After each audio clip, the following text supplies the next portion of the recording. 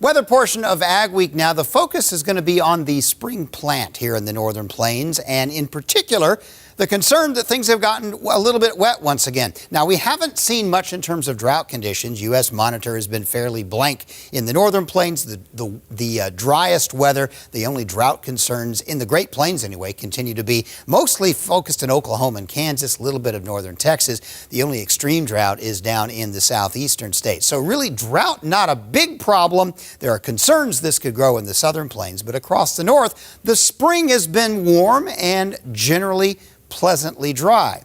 But now we're starting to get some rainier weather, and concern is that we may be seeing this rainy weather coming in at a time when we're starting to get into spring planting, and that could be an issue. Also an issue is the fact that our weather is turning cool, so there's less evaporation. So with this new rain weather that we're getting, the grounds will be remaining wet. Cool temperatures will likely persist throughout North Dakota, South Dakota, and Minnesota this week on the heels of some pretty significant rainfall last week. The only warm weather in the country this week anyway will be down south. Late in the week, there will be a ridge of high pressure building up, which may nudge some of the coolest weather a little bit back to the north in time for at least part of next weekend. But overall, I look for things to stay fairly cool this week.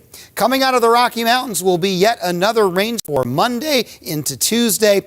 Any snow is likely to remain mostly Canadian. This will mostly be a rain system, but cool rain and perhaps more significant rain. And that'll move on into the Great Lakes. The southern plains will start to go mainly dry.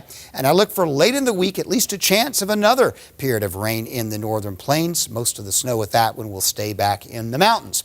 And then as we go into the end of the week, there's that ridge of high pressure, which will send at least temporarily dry weather into the southern states and the southeast. The second week, we'll see a big low-pressure trough get carved out in the middle of the country. Some stormy weather from Texas up through the southeastern states, and at least one or two more chances of rain into the northern plains. Jet stream for next week will mean that the cool weather will drop southward from the Rockies, and yes, the first week of May will likely be mostly below average temperature-wise across much of the northern plains and the upper Midwest. So here's what we're looking at as we move to the end of April and the start of the May into a pattern of cooler weather and consistently cooler weather.